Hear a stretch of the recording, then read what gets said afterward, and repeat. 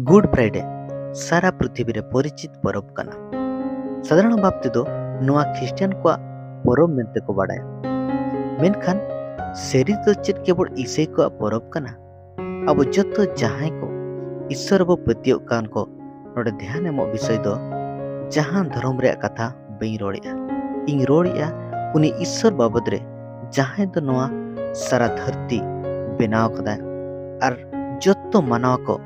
सनाम सिरजौ खन सरस के नुआ धरती रे सनाम मानवा न्याय को खुशिया उन्नाय दो बांग जहां दो ईश्वर होय खुशिया। जिसे ने भी 108 आटे रोड़िया एनते इन प्रभु दो बिचरिंग दुलड़दा लूटा और बेटिका दिन उरुदा कना इन दो खेटिते ओना को कुड़े इन एमोआ और ओना को तुलु जयचुक रिया बंदोबसिंग बांधावा। तो नुआ पद रे बाडाय कना जे ईश्वर दो न्याय होक आय पसंदा कना मेनखान मानवा चेत आपे न्याय पे पसंदा कना। नितो मिटे हुडिंग कहानी आपे लिया पे कना मिटेंग होड़ और मिटेंग होड़े गजे कना तीरे नुआ केस कोर्ट धबी सेटरो कना अदालत रे जहां प्रथम होड़ गगजी उनी बिचारी सामांग रे रा नेहर छुटोय नाय जे जज साहब इन गई कदा भूल कदई हिजू का दीरे तीस हो नोका बई कमिया और बिचारी नुआय रोड़ाय कना आमा मोने नेल का आम ठीकेम रोड़िया आम चेतानी पतियो कना जे हिजू का दीरे नोकाना कमी तीस हो बंग कमिया जुदी बिचारपति जज उनी इके एमाया सजाई एम बदलते और उनी ओड़ा चलाए मेताया तो आपे चेत पे रोड़ा जज नोडे न्याय होकाय कमी किया से अन्याय कमी किया आपे कोदा बढ़ती हो नोआ पे हुदिस या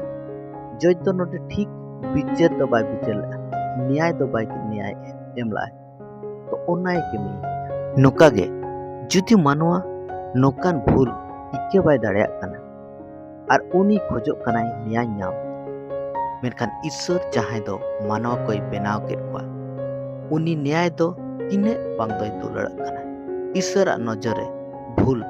ईश्वर नजरे पाप कना और बाइबल अबोय मेताबो कना जे अबो सनाम कोबो केई कदा रोमियो 5:12 रोड़िया ओना इयते चेद लेका मिद होड़ होतेते धरती रे केई बोलोयना और कई होतेते गुजु और ओनकाते सनाम मानव करे गुजु दो बोलो पसरायना सनाम कोय को केय काते तो नितो कथा हिजु कना जहां अबो बो केई किया पाप किया नुआ रिया न्याय चेद हुयुआ नुआ रिया कुड़े चेद न्यामोआ तीरे अबो ईश्वर सामना रे बो तिंगुना जहां सजई अबो बो न्यामा चेद कना ओना सजई जतो बो सहा दाड़ेया तीरे नुआ वीडियो पे नेले उनको पे भाबिया आले चेले केई का चेले पाप का आले मा चेद हो बाले पाप का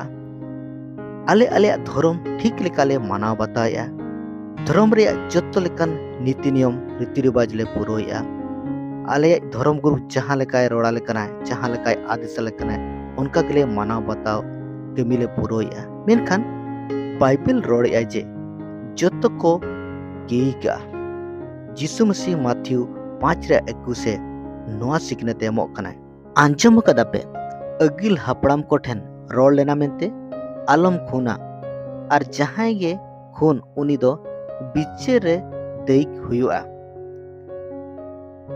आप पे भेबिया आले मा होड़ बाले गोई का को मेनखान आर मिटंग पद रे 22 पद रे ओला कना मेनखान इनी मेता पे कना आयरन बोहाय उरुदाय मीत के मीत होड़ दो बिचे रे देख हुआ और जहां आयरन बोहाय मेताया एया उर्लू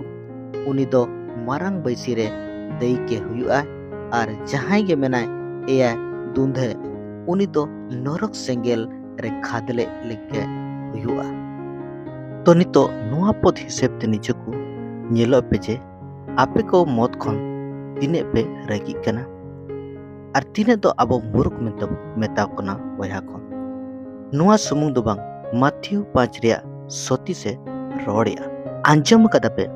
रोड़ लेना मेनते आलम लाटघाट मेनखान इᱧᱤᱧ ᱢᱮᱛᱟᱯᱮ ᱠᱟᱱᱟ जहां हर बड़ी सनाते मेजुए बेंगेद आया खान इन्ने तेगे आजा अंतरे उनी तुलुए लाट घाट कदा बाइबल रोड आजे नोआ धरती रे ओकोय हो नोकान मानवा बनु को जहां दो बाय केई का पाप तीस बाय पाप का चिदा से जन्म खोदा गे मानवा रे केई रे स्वभाव मेना और नोका लेका गे आयमा पाप केई अब जीव रे ताहेन कना जेमन स्वार्थ लालच रे भावना गिद्रे खोदा गे एतहब काते बर्डो कना चिदा से जन्म खोदा गे पाप केई रे स्वभाव सनाम मानवा रे मेना पाप मानवा रे जन्म खोदा गे जन्म तारा खन जहां लेका आबोरिन आयो बाबा गुण आबोरे हिजुआ उनका गे पाप रे स्वभाव आदम ठेन खोदा एतहब काते नीत हेबि चेलु अगुआ कना मेनखान आपे को आपे पाप लगित आलोपे बतरवा चिदा से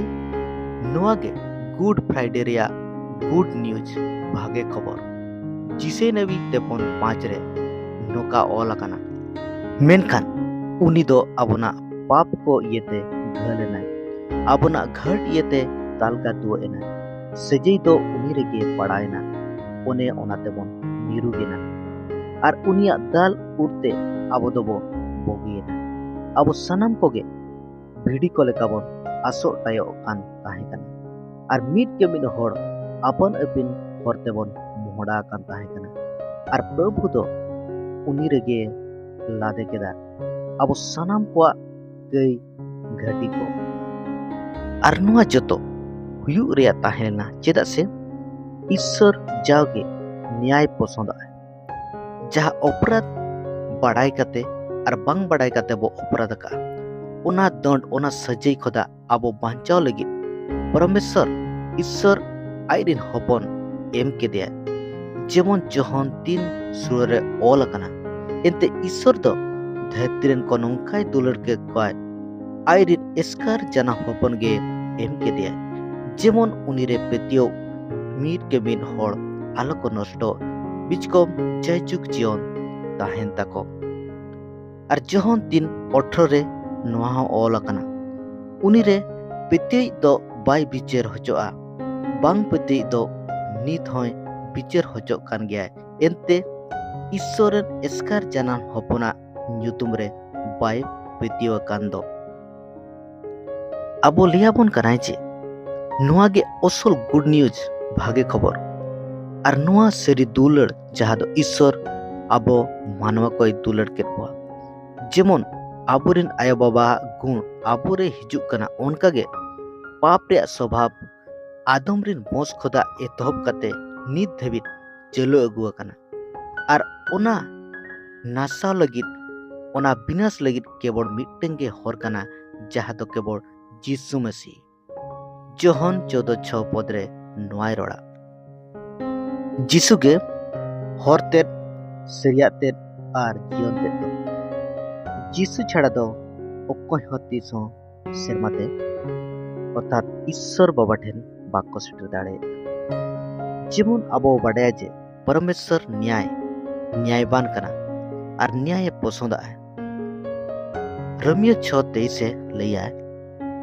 एंते कई रे कुड़े दो मरण कना मेनखान ईश्वर रे दया दान दो जयचुक जीवन गे मसी यीशु आबरेन प्रभु रे तो आपे भेबी पे जहा पाप नितो धबी हुए कना उना रे चेद हुआ और यीशु छड़ा ओकोय मेनाया आपे लगी दे खुजुआ और निज को सजई हो जाए और आपे लगी क्रूस रे निजरा जीवन एमाय जहां गे आजा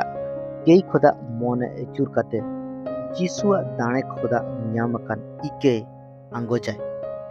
और आजा जीवन समर्पित काते यीशु निजर एकमात्र बाबांचे और ईश्वर प्रभु मिनते आतांगिया उनी धरती जीवन रे सुलुके न्यामाय ओना साउते और गुजु परते सेरमा रे जयचुक जीवन आमेन।